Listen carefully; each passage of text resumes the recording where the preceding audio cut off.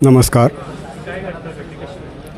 आज दुपारी 4 वाजता MG कॉलेज सुटल्याच्या नंतर कॉलेजमधून घरी जात असताना कुमार वीर अनिल शिंदे वय वर्ष 18 आणि त्याचे 2 सहकारी मित्र हे तिघेजण घरी जात असताना कॉलेजच्या बाहेर मंचर आगारातून नारायणगावच्या दिशेने अतिवेगाने ST जात असताना ड्रायव्हरच्या बेजबाबदारपणामुळे आणि अतिवेग गाडीचा कंट्रोल न झाल्यामुळे हा दुर्दैवी ॲक्सिडेंट झालेला आहे.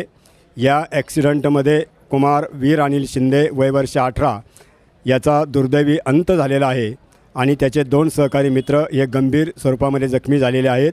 त्यांना खाजगी हॉस्पिटलमध्ये ॲडमिट करण्यात आलेलं आहे. खरं तर राजमाता जिजाऊ प्रतिष्ठानच्या माध्यमातून बऱ्याच वर्ष मागणी करूनसुद्धा प्रशासन त्या ठिकाणी स्पीड ब्रेकर उपलब्ध करत नाही. आज खरं तर त्या ठिकाणी स्पीड ब्रेकर असते तर ही घटना निश्चितपणे टाळण्यात आली असती, परंतु स्पीड ब्रेकर नसल्यामुळे त्या ठिकाणी हा ॲक्सिडेंट झालेला आहे. आणि या ॲक्सिडेंटमध्ये खरं तर उमलती फुलं आज एक जण मृत्यूला सामोरे गेलेला आहे आणि 2 जण गंभीर स्वरूपामध्ये जखमी झालेले आहेत. हे इयत्ता 11वीमध्ये सायन्सच्या विभागातून MG कॉलेजला शिकत होते.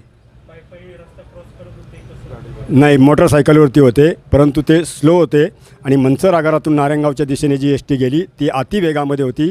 ड्रायव्हरच्या बेजबाबदारपणामुळे त्याला गाडीचा वेग कंट्रोल करण्यात आला नाही आणि म्हणून त्यांनी या तिघांनाही उडवलं. याच्यामध्ये यांचा मोठ्या प्रमाणामध्ये ॲक्सिडेंट होऊन एकाचा दुर्दैवी अंत झाला आहे.